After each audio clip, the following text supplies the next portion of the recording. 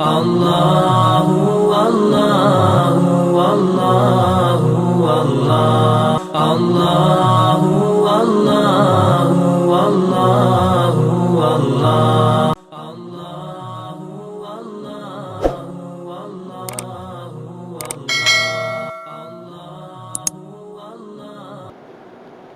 اب یہ ہے کہ تقیہ تو منافقت ہے. اب آپ کہیں گے جناب منافقت اور تقیہ میں کیا فرق ہے؟ یہ فرق میں عرض کرتا ہوں. تقیہ منافقت سے زیادہ شدید ہے کہ یہ گروہ جو روافض کا گروہ ہے، اہل تشیع ہیں، وہ اس قرآن مجید کو اصل قرآن نہیں مانتے کہ اصل قرآن تو غار میں ہے ہمارے 12ویں امام کے پاس جو 17,000 آیات کا ہے. آپ کا قرآن تو 6,000 کچھ آیات کا ہے. اب آپ کی ملاقات ہو گئی، آپ کے ساتھ شیعہ کام کرتا ہے یا کہیں اٹھتا ہے بیٹھتا ہے. آپ نے اس سے پوچھا کہ بھائی قرآن کے بارے میں کیا کہتا؟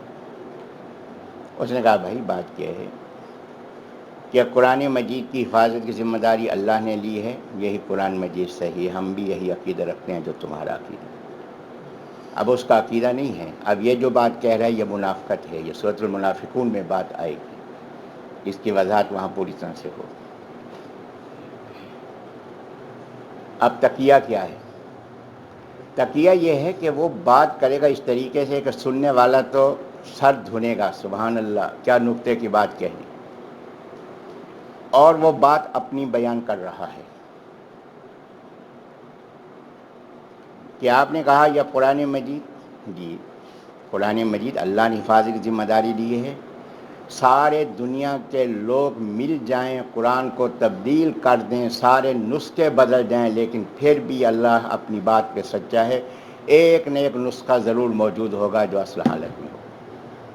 اب آپ خوش ہو گئے کہ واہ. اور اس نے کہا کیا ہے کہ سارے قرآن محرف ہیں، ایک ہی نسخہ ہے جو غار میں ہے وہ صحیح ہے. یہ ہے تقیہ کہ سننے والا کچھ اور سمجھ رہا ہے کہ یہ میری حمایت کر رہا ہے، اور کہنے والا اپنا عقیدہ بیان کرتا چلا جا رہا. یہیں آپ کے قریب ہی پروگرام تھا جس میں سنی حضرات بھی موجود تھے. ان کا مجتہد کراچی کا آیا ہوا بیان کر رہا تھا. اس نے بیان کرنے کے بعد جب بیان ختم کیا کہنے لگا کہ مجھے جانا ہے، میرے جانے کا وقت ہو گیا ہے، تو آئندہ سال ملاقات ہوگی اگر عمر نے وفا کی. عمر نے کس سے وفا کی ہے جو میں اس سے وفا کی امید رکھوں؟ ہمارے حضرات بیٹھے ہوئے ہیں، سمجھ کسی کی بات نہیں. 10 منٹ تک ان کے مذہب والوں نے نعرے بازی کی. تو بعد میں لوگوں کو سمجھ میں بات آئی کہ یہ جو نعرے لگانے اس میں کون سی بات ہے نعرے لگانے کی. پھر بات جا کے سمجھ میں آئی کہ وہ کیا کہہ کر گیا ہے. آپ کے ٹی وی پہ بیان ہو رہا تھا آپ کے بہت بڑے ملک کے اسی مسلک کے بہت بڑے عالم کا. بیان کرتے ہوئے اس نے کہا کہ حضرت ابراہیم علیہ نبی عید الاضحیٰ کا بیان ہے کہ حضرت ابراہیم علیہ نبی جین علیہ السلام اسماعیل علیہ السلام کو لے کر چلے، شیطان نے آ کے رکاوٹ کی، حضرت نے کنکریاں ماری. دوسری جگہ تیسری جگہ یہ جمرات اسی کی علامت ہے، نشانی ہے. شیطان نبی کے ساتھ ساتھ چلتا ہے لیکن نبی پہ غالب نہیں ہوتا. شیطان نبی کے ساتھ رہتا ہے، چاہے نبی غار میں ہو چاہے نبی مزار میں ہو. اب دیکھیے کہاں بات پہنچی. میں سہیوال میں تھا، وہاں پروگرام ہو رہا تھا یوم فاروق اور حسین رضی اللہ عنہما. وہاں کی بہت بڑی شخصیت ہے، اس نے بہت بڑے حال میں اس کا اہتمام کیا تھا.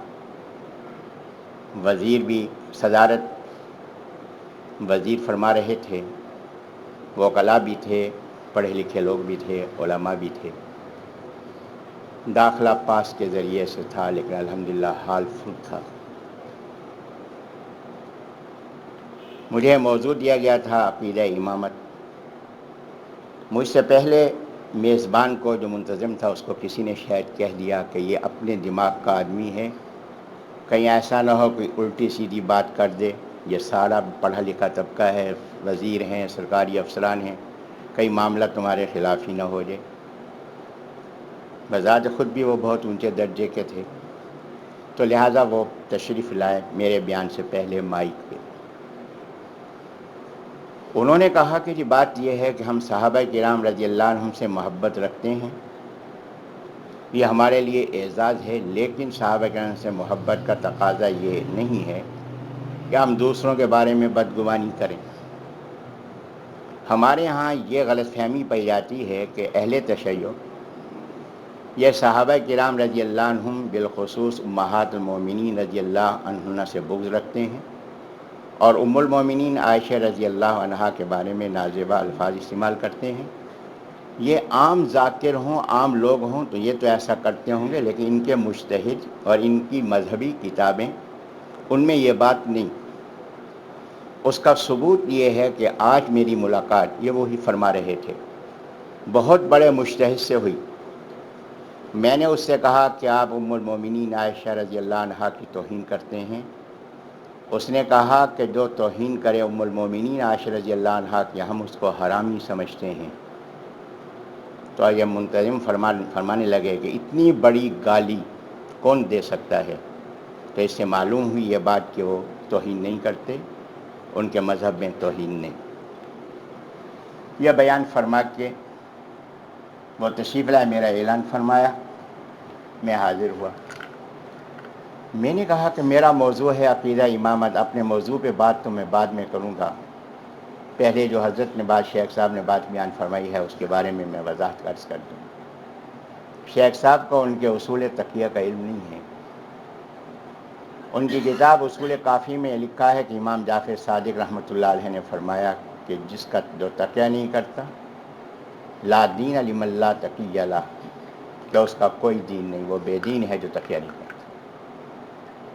اور حضرت امام باقر رحمۃ اللہ علیہ کے حوالے سے دی ہے یہ بات کہ جو تقیہ نہیں کرتا اللہ اس کو ذلیل کرتا ہے، اور جو تقیہ کرتا ہے اللہ اسی کو عزت دیتا ہے۔ اب میں نے کہا تقیہ کیا ہے؟ تقیہ یہ ہے کہ ایسی بات کرو کہ دوسرا سمجھے کہ آپ اس کی حمایت کر رہے ہیں اور حقیقت میں بات کچھ اور کہہ رہا ہے وہ۔ میں نے کہا جناب والا آپ نے غور نہیں فرمایا کہ مجتہد نے آپ کے ساتھ تقیہ کیا ہے، اور تقیہ کیا کیا ہے وہ میں عرض کر دیتا ہوں۔ جب اس نے کہا کہ ہم اسے حرامی سمجھتے ہیں جو ام المومنین عائشہ رضی اللہ عنہا کی توہین کرے، تو آپ کی نظر گئی کہاں؟ خنزیر کی طرف کہ خنزیر حرام ہے۔ آپ کی نظر گئی زنا کی طرف کہ زنا حرام ہے، کہ خنزیر کھانے کا جو عادی ہے وہ حرام کھانے کی وجہ سے حرامی ہے، اور جو زنا کی پیداوار ہے وہ زنا کی نسبت کی وجہ سے حرامی ہے۔ تو آپ اس طرف سوچتے رہے۔ اس نے کیا کہا ہے؟ آئیے قرآن کی طرف۔ قرآن میں اللہ فرماتے ہیں سبحان الذی اسریٰ بعبدہ لیلا من المسجد الحرام، کہ اللہ نے بیت اللہ کی مسجد کو مسجد حرام کہا ہے۔ کیا بیت اللہ کی مسجد بھی اسی طرح حرام ہے جیسے سور حرام ہے؟ کیا بیت اللہ کی مسجد اسی طرح حرام ہے جیسے زنا حرام ہے؟ نہیں، یہاں حرام کے معنی ہے انتہائی مقدس۔ جب اس نے کہا کہ ہم اس کو حرامی سمجھتے ہیں، آپ اس کو یہ سمجھے کہ وہ زنا کی پیداوار ہے، یہ وہ کہہ رہا ہے، جبکہ وہ کہہ رہا تھا کہ جو توہین کرے ہم اس کو انتہائی محترم اور مقدس سمجھتے ہیں۔ یہ ہے تقیہ۔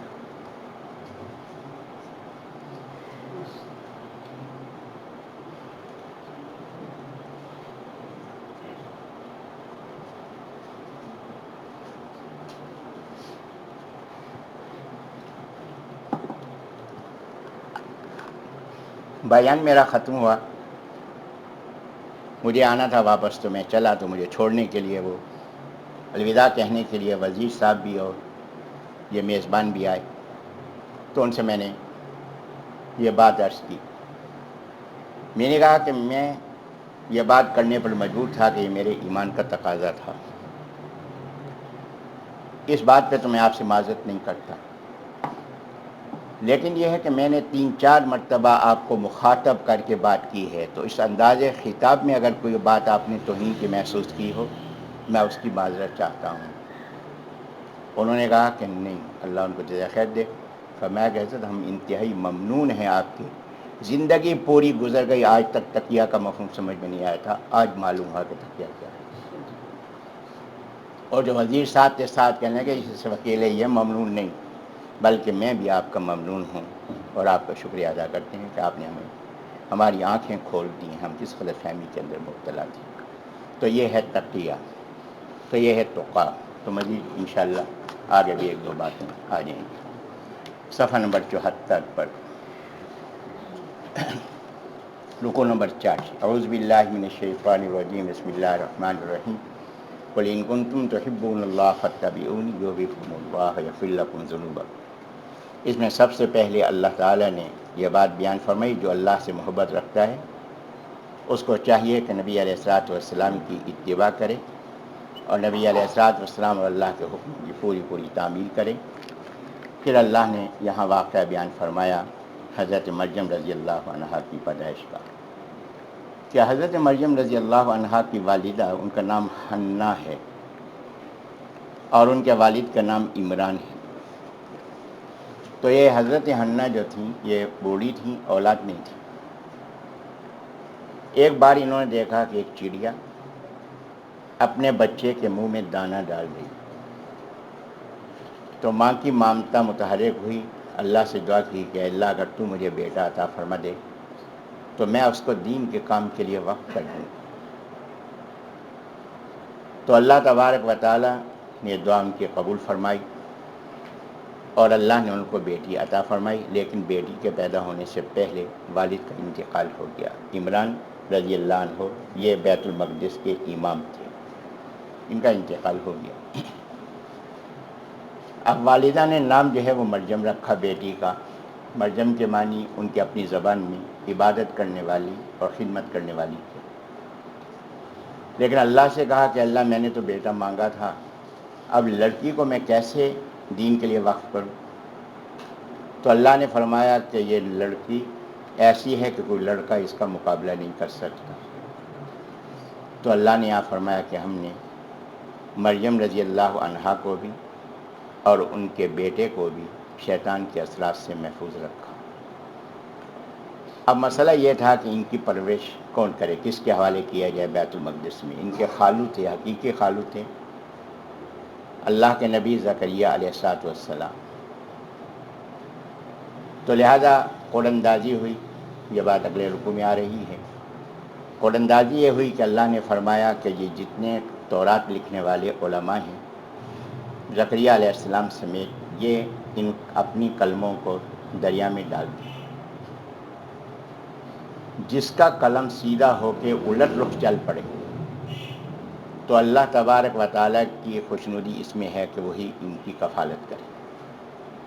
جب ایسا کیا گیا تو زکریا علیہ السلام کا قلم الٹ چلا، تو زکریا علیہ السلام کفیل مقرر ہوئے، تو حضرت زکریا علیہ السلام نے ان کی پرورش شروع کی۔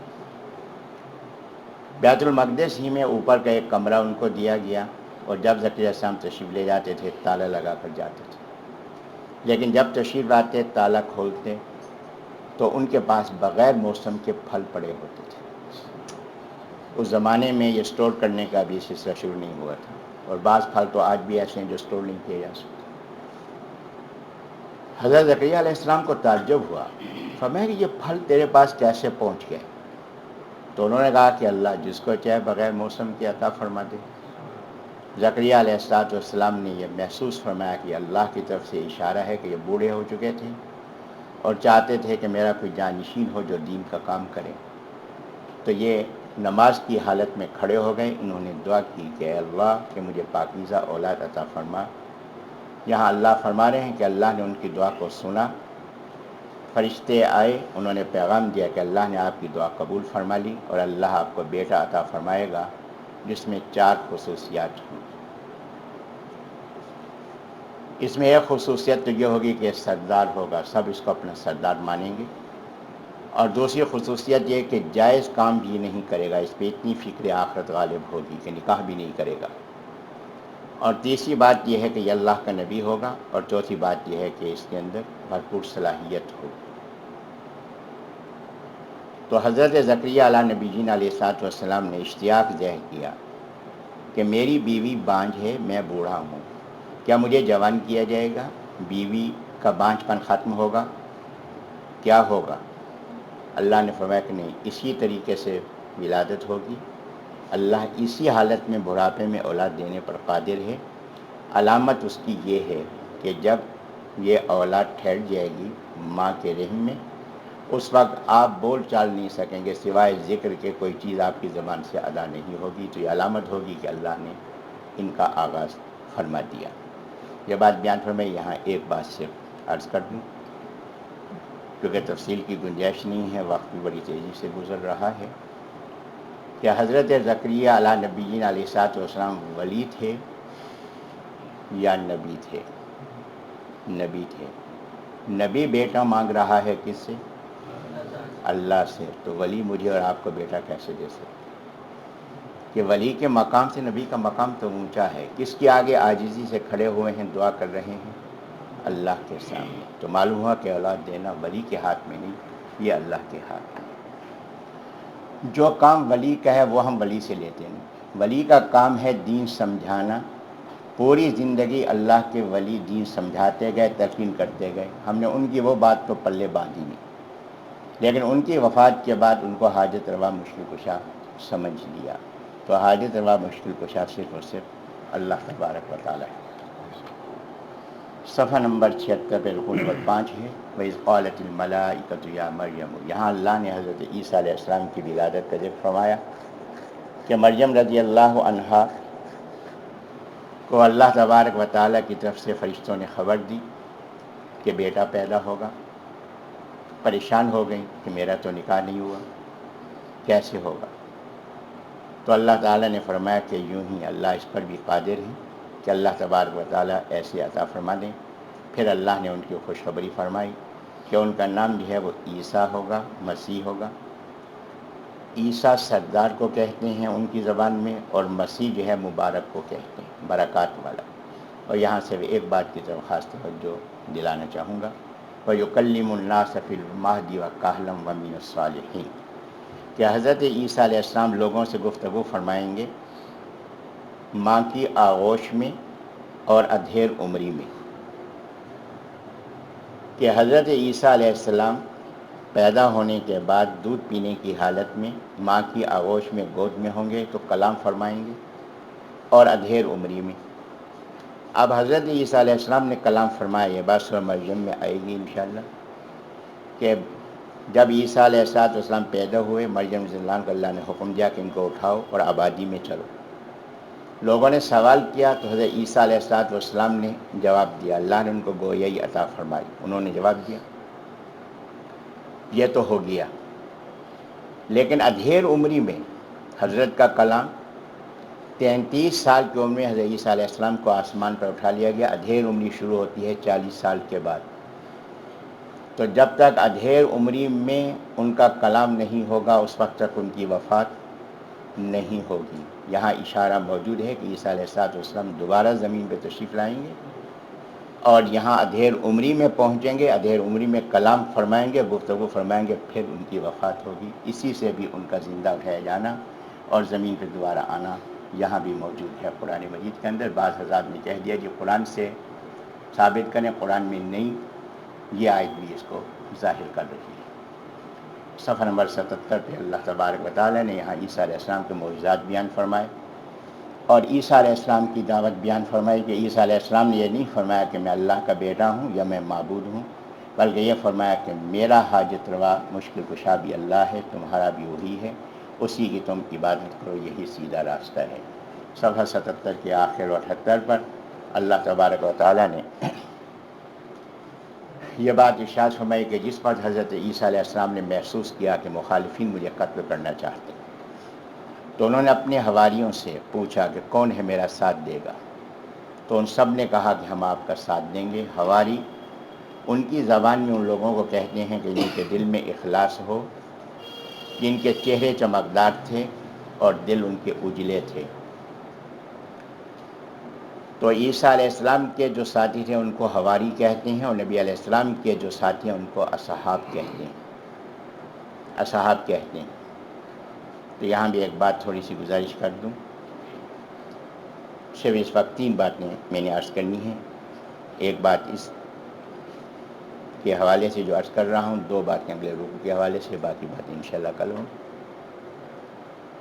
کہ ایک بات یہ ہے کہ نبی علیہ الصلوۃ والسلام کے جو ساتھی ہیں ان کو اصحاب کہتے ہیں. تو میں ایک تقریب میں تھا تو ہاں یہ بات سامنے آئی کہ اہل تشیع کا ایک پروپیگنڈا یہ ہے کہ آپ کہتے ہیں کہ صحابہ کرام رضی اللہ عنہم جنتی ہیں، جبکہ قرآن مجید میں ہے کہ اصحاب النار و اصحاب الجنہ، کہ بعض اصحاب جو ہوں گے وہ آگ میں ہوں گے، بعض اصحاب جنت میں ہوں گے. تو قرآن مجید میں یہ بات موجود ہے کہ بعض صحابہ جہنمی ہیں، نعوذ باللہ من ذالک.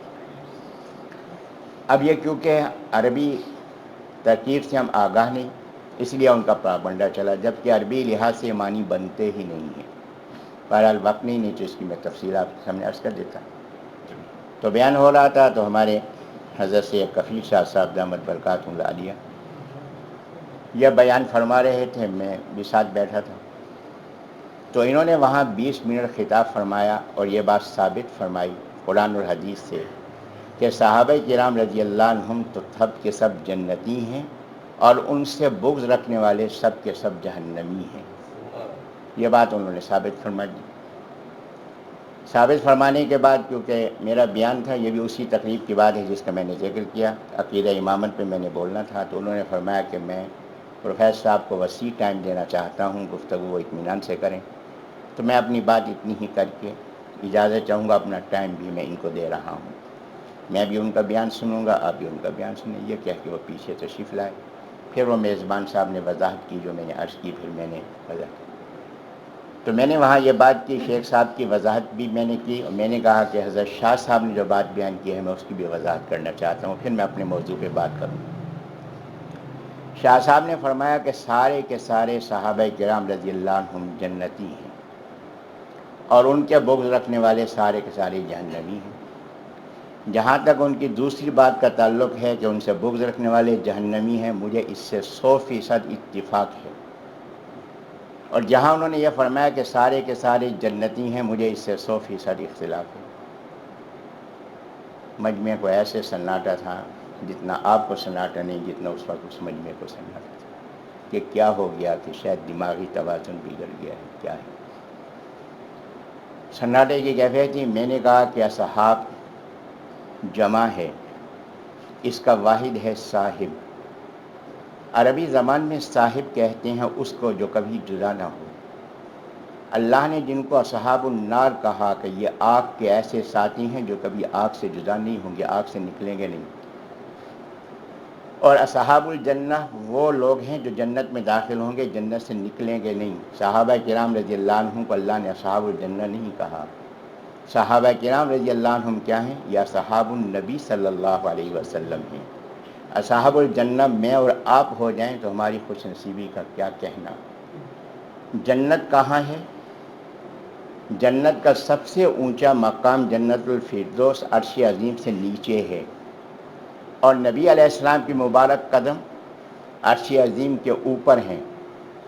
ہمارا عقیدہ یہ ہے کہ نبی علیہ السلام کا جسم اطہر نہیں، نبی علیہ السلام کے جسم اطہر کے ساتھ لگنے والی مٹی عرش عظیم سے مقدس ہے. تو نبی علیہ السلام کا مقام جنت نہیں، جنت سے بہت اونچا ہوگا، جنت تو نیچے کی جگہ ہے. تو یہ اصحاب الجنہ نہیں، یہ اصحاب النبی صلی اللہ علیہ وسلم ہیں. جہاں نبی علیہ السلام ہوں گے یہ حضرات اسی مقام پر ہوں گے. اور اگر ہم اصحاب الجنہ ہو جائیں تو ہماری خوش نصیبی ہے. یہ تو جنت سے بہت اونچے کے لوگ، اوپر کے لوگ.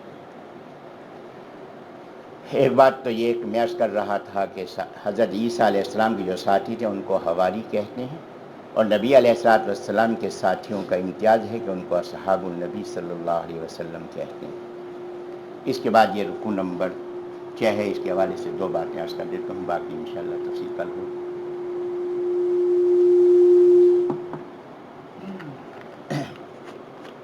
کہ اللہ تبارک و تعالیٰ نے جس وقت کے مخالفین ان کو شہید کرنا چاہ رہے تھے، اللہ تعالیٰ نے ان کو وحی کے ذریعے سے اس بات کی اطلاع دی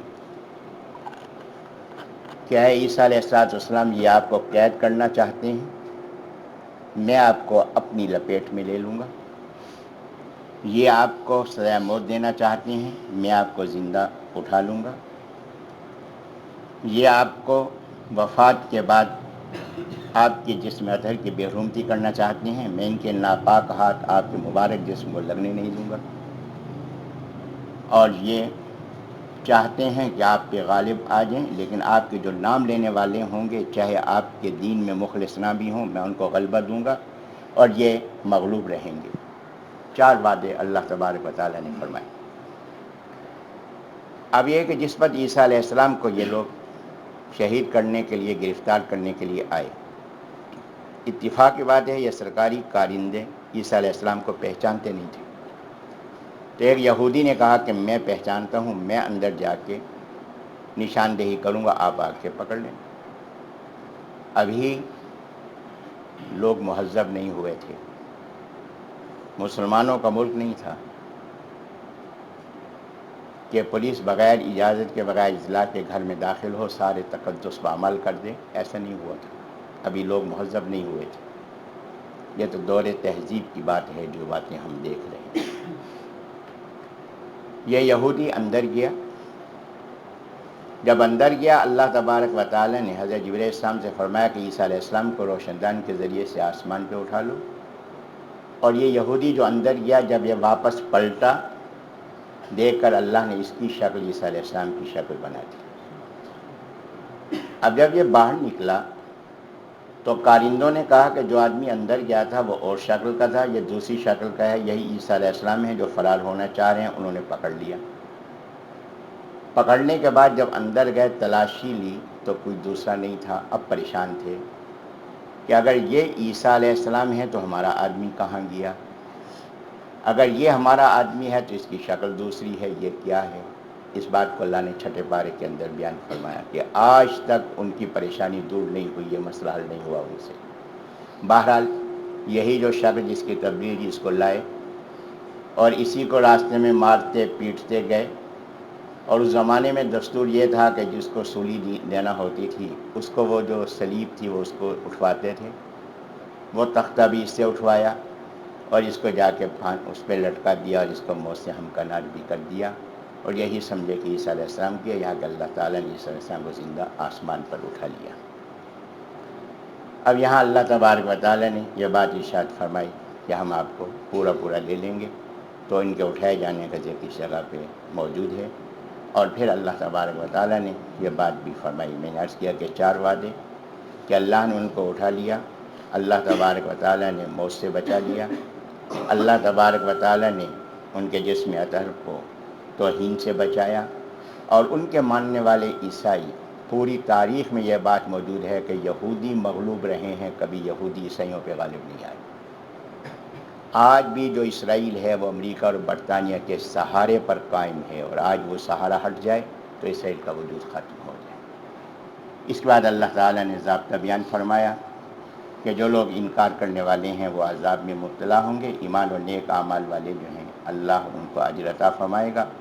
اور صفحہ نمبر 79 پہ اللہ نے فرمایا کہ عیسیٰ علیہ السلام کی مثال اللہ کے نزدیک آدم علیہ السلام کی طرح ہے، کہ عیسائیوں نے یہ بات کہی کہ حضرت عیسیٰ علیہ نبی جینا عیسیٰ السلام بغیر باپ کے پیدا ہوئے اس لیے اللہ کے بیٹے ہیں، تو نبی السلام نے فرمایا کہ آدم علیہ السلام تو باپ اور ماں دونوں کے بغیر پیدا ہوئے، اگر وہ مخلوق ہیں تو پھر عیسیٰ علیہ السلام جو ہیں وہ اللہ کے بیٹے کیسے ہو گئے؟ تو اللہ نے یہ مثال بیان فرمائی۔ تو آدم علیہ السلام سے عیسیٰ علیہ السلام کی مثال یہ بھی ہے کہ آدم علیہ السلام کا پتلا بنا کہاں؟ زمین پر۔ زمین سے اللہ ان کو لے گئے کہاں؟ اوپر آسمان پر۔ آسمان سے خلافت سے سرفراز فرما کے پھر اتارا کہاں؟ زمین پر، اور ان کی وفات ہوئی زمین پر۔ عیسیٰ علیہ نبیین علیہ السلام پیدا ہوئے کہاں؟ زمین پر۔ زمین سے اللہ لے گیا ان کو کہاں؟ آسمان پر۔ آسمان سے وہ نازل ہوں گے نبی علیہ السلام کے خلیفہ بن کر، پھر ان کی وفات کہاں ہوگی؟ زمین پر۔ جو آدم علیہ السلام کی مثال سے ان کو مشابہت دی ہے۔ اور اس کے بعد جو دوسری بات میں عرض کرنا چاہ رہا تھا، فرمایا کہ اے نبی علیہ السلام آپ ان سے یہ ساری باتیں فرما چکے، اگر یہ مان لیں جو عیسائی جن کا ذکر پہلے ہوا ہے، مان لیں تو بہتر، نہ مانے تو آپ ان سے کہیں کہ آؤ میرے ساتھ مباہلہ کر لو۔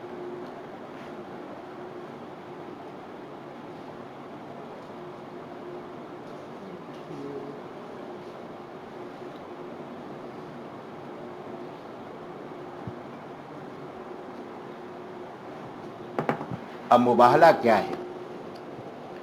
مباہلہ یہ ہے کہ دونوں فریق آمنے سامنے ہو جائیں اور اللہ تبارک و تعالیٰ گر گرا کے دعا کرے کہ اللہ کہ ہم میں سے جو حق پہ نہیں ہے اس کو تباہ کر دے.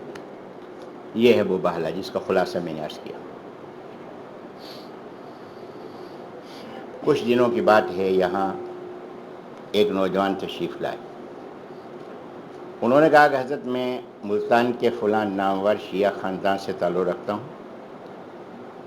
یہ میرے ایک دوست ہیں پروفیسر صاحب، یہ آپ کے درس میں آتے رہتے ہیں، آپ کی باتیں سناتے رہتے ہیں. مجھے بڑا اشتیاق تھا آپ سے ملنے کا، اور میں اس وقت فلاں عہدے پر فائز ہوں، سرکاری منصب پر ہوں، اونچے عہدے پر ہوں.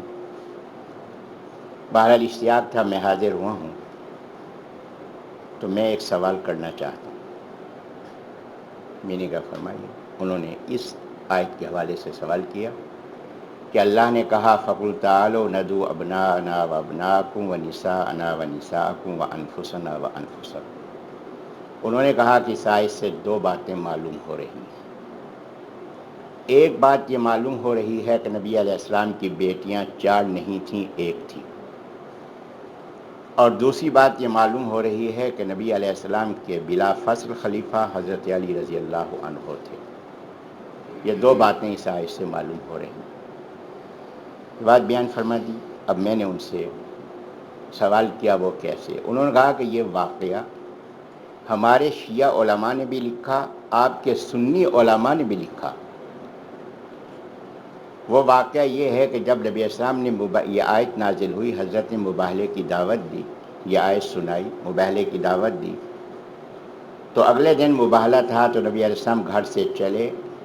حضرت حسین رضی اللہ عنہ کو حضرت نے اٹھایا ہوا تھا. حسن رضی اللہ عنہ کی انگلی پکڑی ہوئی تھی. فاطمہ رضی اللہ عنہ پیچھے تھیں اور علی رضی اللہ عنہ ان کے پیچھے تھے. یہ 5 افراد چلے ہیں. نتیجہ یہ ہوا کہ جب ان 5 افراد کو دیکھا تو عیسائیوں نے مقابلے سے انکار، مباہلے سے انکار کر دیا اور معاہدہ کر کے وہاں سے واپس چلے گئے. اگر نبی علیہ السلام کی 4 بیٹیاں ہوتیں تو ایک بیٹی کو ساتھ لے جانے کی کیا وجہ تھی؟ اس کے معنی ہے کہ حضرت کی ایک ہی بیٹی تھی. یہ بات معلوم ہوئی. خلافت بلا فصل یوں معلوم ہوئی کہ یہاں فرمایا گیا کہ آپ بلائیں اپنے بیٹوں کو. ہم اپنے بیٹوں کو لاتے ہیں، تم اپنے بیٹے لاؤ. ہم اپنی عورتیں لاتے ہیں، تم اپنی عورتیں لاؤ. ہم خود آتے ہیں، تم بھی خود آؤ. تو حضرت حسن حسین رضی اللہ عنہما یہ بیٹوں کی نمائندگی کر رہے تھے. حضرت فاطمہ رضی اللہ عنہ یہ عورتوں کی نمائندگی کر رہی تھیں. اور علی رضی اللہ عنہ انفس میں شامل تھے کہ یہ نبی علیہ السلام کا نفس عین ہے. جو صفات نبی علیہ السلام کی ہیں وہی صفات علی رضی اللہ عنہ کی ہیں. جب دو وجود ہیں، صفات ایک ہیں، تو نبی علیہ السلام جب دنیا سے پردہ فرما گئے تو اب خلیفہ کس کو ہونا چاہیے تھا؟ اسی کو جو آپ کا ہم صفت تھا. وجود بظاہر علیحدہ ہے لیکن حقیقت دونوں کی ایک ہے. تو اس لیے حضرت علی رضی اللہ عنہ کو خلیفہ بلا فصل ہونا چاہیے تھا. اس آیت سے معلوم ہو رہا ہے. تو میں نے جو بات ان سے گزارش کی وہ میں عرض کر دیتا ہوں مختصر طور پر. میں نے کہا کہ پہلی بات یہ کہ حضرت علی رضی اللہ عنہ اور نبی پاک صلی اللہ علیہ وسلم جسم 2 تھے، حقیقت ایک تھی. یہ آپ فرما رہے ہیں؟ کہنے لگے ہاں. میں نے کہا جب حقیقت ایک تھی تو علی رضی اللہ عنہ کا نکاح فاطمہ رضی اللہ عنہ سے کیسے ہو گیا؟ یہ بات آپ مجھے سمجھیں. اب اس پہ وہ خاموش ہو گئے. اب میں نے کہا دوسری بات یہ ہے کہ معلوم ہے کہ یہ واقعہ کب کا ہے؟ انہوں نے کہا کہ یہ مجھے معلوم نہیں. میں نے کہا یہ واقعہ ہے 9 ہجری کے آخر اور 10 ہجری کے آغاز کا. نبی علیہ السلام کی پہلی بیٹی زینب رضی اللہ عنہا، ان کا انتقال ہوا ہے 8 ہجری میں. نبی علیہ السلام کی دوسری بیٹی رقیہ رضی اللہ عنہا کا انتقال ہوا 2 ہجری میں. رسول اللہ علیہ وسلم کی تیسری بیٹی ام کلثوم رضی اللہ عنہا کا انتقال ہوا شعبان 9 ہجری میں. 3 بیٹیوں کا انتقال ہو گیا، اور یہ واقعہ 9 ہجری کے آخر اور 10 ہجری کے شروع کا ہے، تو 3 بیٹیاں انتقال فرما چکی تھیں، تو نبی علیہ السلام ان 3 بیٹیوں کو کیسے ساتھ لاتے؟ اگر بیٹی کا زندگی میں انتقال ہو جائے تو کیا بیٹی ہونے سے وہ نکل جائے گی کہ بیٹی کا تعلق ختم ہو جائے گا؟ تو جب وہ 3 بیٹیاں موجود نہیں تھیں تو ان کو کیسے لاتے؟ یہ تو میں نے کہا بات وہ ہے جو آپ نے بیان کی۔ اب میں آپ حضرات کو پیچھے کی طرف لے جانا چاہ رہا ہوں۔ ایک سوال ان سے میں نے یہ کیا، ایک سوال یہ کیا، میں نے کہا نبی علیہ السلام غزوہ بدر کے لیے 2 ہجری میں تشریف لے جا رہے ہیں، نبی علیہ السلام نے کسی سے نہیں کہا کہ میرے ساتھ چلو، آپ نے فرمایا کہ ایک قافلہ ہے قریش کا، اس پہ حملہ کرنا ہے، میں اس حملہ کرنے کے لیے جا رہا ہوں۔ حضرات صحابہ کرام ان کی حالت یہ ہے کہ انہوں نے اتنی تاخیر بھی گوارا نہیں کی کہ گھر سے اٹھ جا کے تلوار لے آئیں، کہ حضرت نے فرمایا میں جا رہا ہوں، اتنی دیر حضرت کی رفاقت سے محروم رہیں، یہ بھی انہوں نے گوارا نہیں کیا، کھجور کی ٹہنیاں توڑی، حضرت کے ساتھ چل پڑے۔ آگے گئے، جب شمار کیا تو معلوم ہوا تعداد کتنی، 313۔ غزوہ احد میں عبداللہ بن ابی منافقین نے شوشہ چھوڑا، یہ چوتھے پارے میں آئے گا، اور اس کے ساتھی کٹ گئے، پیچھے ہٹ گئے۔ نبی صلی اللہ علیہ وسلم کے جانثار دیکھ رہے ہیں کہ آگے جان لگنی ہے، اور ساتھیوں کی تعداد 700۔ نبی علیہ الصلوۃ والسلام 6 ہجری میں صبح کی نماز کے بعد یہ فرماتے ہیں کہ میں نے خواب دیکھا ہے کہ میں طواف کر رہا ہوں اور کچھ حضرات میرے ساتھ ہیں، میں نے احرام باندھا ہوا ہے۔ تھوڑی دیر بعد مدینہ منورہ میں خبر پھیل گئی کہ نبی علیہ الصلوۃ والسلام عمرے کے لیے جا رہے ہیں، کسی سے نہیں فرمایا کہ میرے ساتھ چلو، لیکن جب حضرت روانہ ہوئے تو ساتھ جانے والوں کی تعداد 1470، طویل فاصلہ ہے۔ اس کے بعد 8 ہجری میں نبی علیہ السلام فتح مکہ کے لیے جا رہے ہیں، کیا ہے، جہاد ہے، جان لگنی ہے، قربانی جانی ہے۔ فاصلہ کتنا ہے، دور کا فاصلہ ہے، گرمیوں کا مہینہ ہے، رمضان کا مہینہ ہے، شدید گرمی ہے۔ نبی علیہ الصلوۃ والسلام کے ساتھیوں کی تعداد 10,000، کسی سے نہیں فرمایا کہ میرے ساتھ چلو، لیکن یہ حضرت کے ساتھ جا رہے ہیں قربان کرنے کے لیے۔ کتنے افراد، 10,000۔ شوال 8 ہجری میں حضرت غزوہ حنین کے لیے تشریف لے جا رہے ہیں، مقابلے میں انتہائی تیر انداز ہیں، اور لوگ یہ کہہ رہے ہیں کہ ان تیر اندازوں سے بچنا ان کے بس کی بات نہیں، لیکن حضرت کے ساتھیوں کی تعداد 12,000۔ نبی علیہ الصلوۃ والسلام غزوہ تبوک کے لیے تشریف لے جا رہے ہیں، اور منافقین نے کہا کہ ہم ساتھ نہیں چلتے، اس لیے کہ رومی یہ تربیت یافتہ فوجی ہیں، تربیت یافتہ فوجیوں سے لڑنا کسی کے بس کی بات نہیں۔ سامنے فوجیوں کی تعداد 5 لاکھ، 2 لاکھ فرنٹ لائن پہ ہیں، 3 لاکھ پیچھے امداد کے لیے بیٹھے ہوئے ہیں، اور نبی علیہ السلام کے ساتھ جا رہے ہیں۔ کتنے افراد، شدید گرمی ہے، اتنی گرمی ہے کہ ایک ایک آدمی پہ مشکیزیں ڈالے جا رہے ہیں، اور وہ غشی کی حالت میں ہے۔ فصلیں تیار ہیں، قحط کی کیفیت ہے، کھڑی فصلوں کو چھوڑ دیا کہ پھر آئیں گے جہاد کے بعد جو فصلیں اتار لیں گے۔ یہ قربانی کے ساتھ، اور تعداد ساتھ جانے والوں کی 30,000۔ اور یہاں صورتحال یہ ہے کہ نبی علیہ السلام مباہلے کے لیے جا رہے ہیں، کہیں سفر پہ نہیں جا رہے ہیں۔ مباہلہ کہاں ہونا ہے، مدینہ منورہ کے باہر میدان میں ہونا ہے، اور ایک صحابی رضی اللہ عنہ بھی ساتھ چلنے کو تیار نہیں۔ یہ کیا ہے؟ تماشا دیکھنے کے لیے تو ہر قسم کے لوگ جمع ہو جاتے ہیں۔ یہ جانثار نبی علیہ الصلوۃ والسلام کی حقانیت کو یوں ماننے والے کہ 30,000 غزوہ تبوک میں ساتھ چلے ہیں، اور یہاں ایسی کیا کیفیت پیدا ہو گئی کہ نبی السلام پر کیا نعوذ باللہ من ذالک عدم اعتماد ہو گیا کہ کوئی آدمی ساتھ چلنے کو تیار نہیں۔ جبکہ اس کے بعد 10 ہجری میں نبی السلام حج کے لیے تشریف لے جا رہے ہیں، تو حضرت کے ساتھ چلنے والوں کی تعداد 1,40,000 کم و بیش۔ یہ درمیان میں جو 1 مہینہ 2 مہینے ہیں، تو اس کے اندر کیا حالت بدل گئے، نبی السلام کے ساتھ چلنے کے لیے ایک آدمی بھی تیار نہیں۔ میں نے کہا اس کو سوچو، سنیوں نے لکھا ہے، شیعوں نے لکھا ہے، مجھ سے غرض نہیں، مجھے یہ بات آپ سمجھا دو، اس کی حقیقت کیا ہے۔ تو اسی سے یہ بات معلوم ہوئی کہ یہ افسانہ ہے، نبی صلی اللہ علیہ وسلم مباہلے کے لیے نہیں نکلے، اور میری دلیل یہ ہے جو میں نے تھوڑی دیر پہلے ایک بات گزارش کی تھی ایوب کی طرف. میں نے کیا عرض کیا تھا؟ میں نے کہا جب یہ قافلہ چلنے لگا ہے تو ان کے بڑے پادری ابو حارثہ بن علقمہ نے کیا کہا؟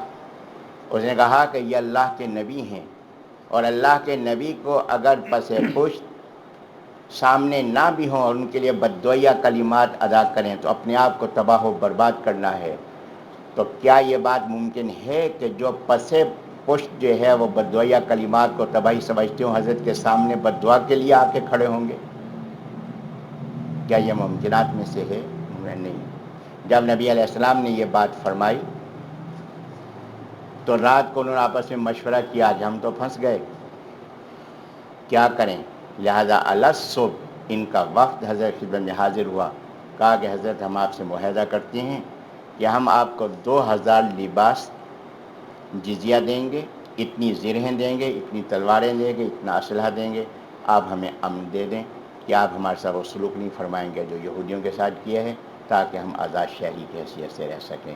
یہ معاہدہ ہوا، اور ساتھ کہا کہ حضرت کوئی آدمی بھیج دیں جو ہم سے یہ چیزیں وصول کر لے. حضرت نے فرمایا کہ میری امت کے امین ابو عبیدہ بن جراح رضی اللہ عنہ کو میں نامزد کرتا ہوں، یہ آپ کے ساتھ جاتے ہیں اور یہ ساری چیزیں وصول کر کے آئیں گے. اب عربی عبارت کی طرف آئی. یہ بات میں نے ایک دلیل بیان کی، دوسری دلیل ہو گئی. اب تیسری دلیل قرآن کے الفاظ. کیا ہے نبی علیہ السلام آپ فرما دیں ان سے تعالوا آؤ، ندعو ہم بلاتے ہیں ابناءنا اپنے بیٹوں کو. ابناء عربی میں جمع ہے، اور یہ بات شاید آپ حضرات کے علم میں ہو کہ عربی میں جمع 3 سے شروع ہوتی ہے، ہمارے ہاں 2 سے شروع ہوتی ہے کیونکہ ہمیں ذرا جلدی ہوتی ہے. 1 روٹی 2 روٹیاں، تو اب روٹیاں جمع ہے تو اس لیے ہمیں جلدی ہوتی ہے، 2 پہ ہم جمع بنا لیتے ہیں. لیکن عربی والے 2 پہ جمع نہیں بناتے. 2 کے لیے خبز کتاب، 2 کتابیں ہیں کتابان، 2 سے زیادہ 3 ہوں گی تو اس کو کتب کہیں گے. جمع کا لفظ وہ 3 پہ استعمال کرتے ہیں، 2 پہ استعمال نہیں کرتے. اب نبی علیہ السلام نے فرمایا کہ ابنانا ہم اپنے بیٹوں کو لاتے ہیں، تم اپنے بیٹے لاؤ. تو ابنا جو ہے یہ جمع ہے بیٹوں کی، اور حضرت کے ساتھ چل رہے ہیں کتنے بیٹے؟ 2، ایک حسن ایک حسین رضی اللہ عنہما. تو نبی علیہ السلام ہی دعوت دے رہے ہیں اور پہلی بات بھی پوری نہیں ہو رہی کہ کم از کم 3 بیٹے تو ساتھ ہونے چاہیے تھے، وہ نہیں. وَنِسَاءَنَا وَنِسَاءَكُمْ ہم لاتے ہیں اپنی عورتوں کو اور تم لاؤ اپنی عورتوں کو. تو حضرت کے ساتھ عورتیں کتنی؟ 1، اور ان میں بیویاں کتنی؟ کوئی نہیں. نبی السلام کے ساتھ بیویاں کتنی تھیں؟ 9. تو مخالف کہہ دیتے حضرت آپ نے کہا اپنی عورتوں کو لاتے ہیں، آپ کی عورتوں میں تو کوئی آپ پہ ایمان نہیں رکھتی، آپ کے ساتھ چلنے کو تیار نہیں، پہلے اپنے گھر والوں کو تو ایمان کی دعوت دیں پھر آپ ہم سے مباہلہ کرنا. تیسری بات وَأَنفُسَنَا وَأَنفُسَكُمْ ہم خود بھی آتے ہیں تم بھی خود آؤ. اور انفس یہ بھی جمع ہے، تو انفس کتنے ہیں یہاں؟ 2، ایک نبی علیہ السلام ایک علی رضی اللہ عنہ. تو لہذا بات پوری نہ ہوئی. جب نبی السلام دعوت بھی نبی علیہ السلام دے رہے ہیں اور تینوں باتیں پوری نہیں ہو رہی تو مباہلے کی تو ضرورت ہی نہ رہی. نعوذ باللہ من ذالک. نبی صلی اللہ علیہ وسلم کو تو پہلے ہی وہ کہہ دیں گے حضرت پہلے اپنی باتیں تو پوری کریں، اس کے بعد پھر ہم سے مباہلہ فرمائیں. تو لہٰذا یہ تو کمزوری کا اظہار ہے. تو اس لیے قرآن کے الفاظ کے لحاظ سے بھی اس واقعے کا انکار کرنا لازم ہے. تو شیعوں نے ایک بات چھوڑ دی، سنیوں نے اس بات کو قبول کر لیا. اور لیکن خود انہوں نے بھی اس بات کا اعتراف کیا ہے. ملا باقر مجلسی جو مشہور شیعہ عالم ہے، اس نے اپنی کتاب حیات القلوب میں یہ لکھا ہے جب نبی علیہ السلام چلے، نبی علیہ السلام کے افراد خانہ بھی ساتھ تھے. ابو بکر رضی اللہ عنہ، عمر رضی اللہ عنہ، عثمان رضی اللہ عنہ، علی رضی اللہ عنہ، دیگر حضرات کے افراد خانہ بھی سارے کے سارے ساتھ چلے. تو یہ سارے کے سارے نکلے ہیں. تو انہوں نے خود اس بات کو تسلیم کیا. لیکن میں کہتا ہوں یہ تسلیم بھی فراڈ ہے، حضرت نکلے ہی نہیں، اس لیے کہ ضرورت ہی نہیں پڑی. اس لیے کہ آج صبح انہوں نے آ کے کہہ دیا کہ حضرت مباہلہ نہیں کرتے، ہم آپ سے صلح کرتے ہیں، کیونکہ وہ پہلے ہی جانتے تھے کہ آپ اللہ کے نبی ہیں، تو اس لیے وہ آپ سے مباہلہ کرنے کے لیے تیار نہیں ہو سکتے تھے. تو بہرحال یہ چند باتیں تھیں. اللہ مجھے بھی آپ کو بھی صحیح فہم عمل کی توفیق عطا فرما دے. وآخر دعوانا الحمدللہ رب العالمین.